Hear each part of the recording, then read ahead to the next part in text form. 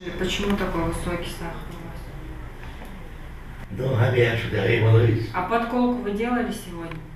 Да. Инсулин У делали? Абукара Майсагова врачи 17 лет назад выявили высокий уровень глюкозы в крови. Мужчине сразу поставили диагноз – сахарный диабет. Из-за высоких показателей его перевели на инъекцию инсулина. Вот и сегодня в рамках акции на приеме у врача аппарат показывает отметку 14. Абукар старается держать показатели сахара на контроле. Но, видимо, сегодня перенервничал или сел лишнего.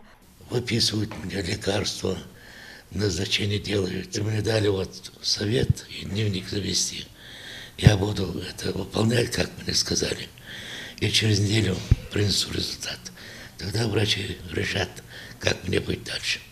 Сахарный диабет делится на два вида – инсулинозависимый и диабет второго типа. Пациентам в последнем случае прописывают лечение с помощью медикаментов. Симптомы сахарного диабета бывают самые разные. В основном это сухость во рту, зуд кожных покровов и боли в области нижних конечностей.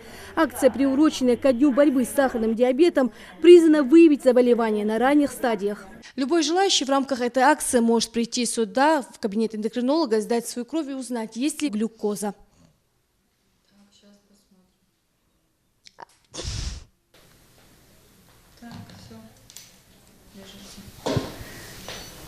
5,7. Нормальный уровень гликемии у вас.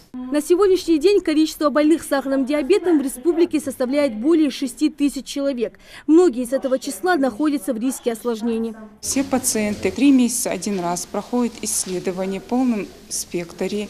И кроме того, ежемесячно посещают всех врачей, имеется в виду узких специалистов, это невролога, кардиолога, хирурга-педиатра, офтальмолога для выявления осложнений или проведения профилактических мероприятий сахарного диабета.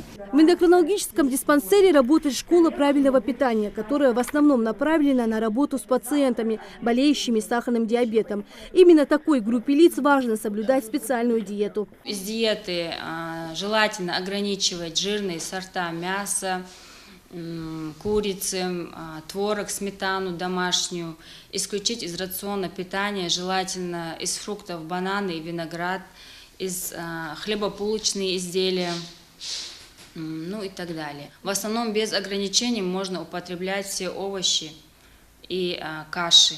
Конечно, устоять от соблазна и не съесть лишний кусочек пирога иной раз бывает очень трудно. Но болеющим сахарным диабетом лишние калории приносят только вред. Но так или иначе, диабет – это не приговор, а образ жизни. И при правильном лечении и поддержке своего организма ваше самочувствие может быть прекрасным. Лина Цычоева, Рамзан Миржоев. Новости 24.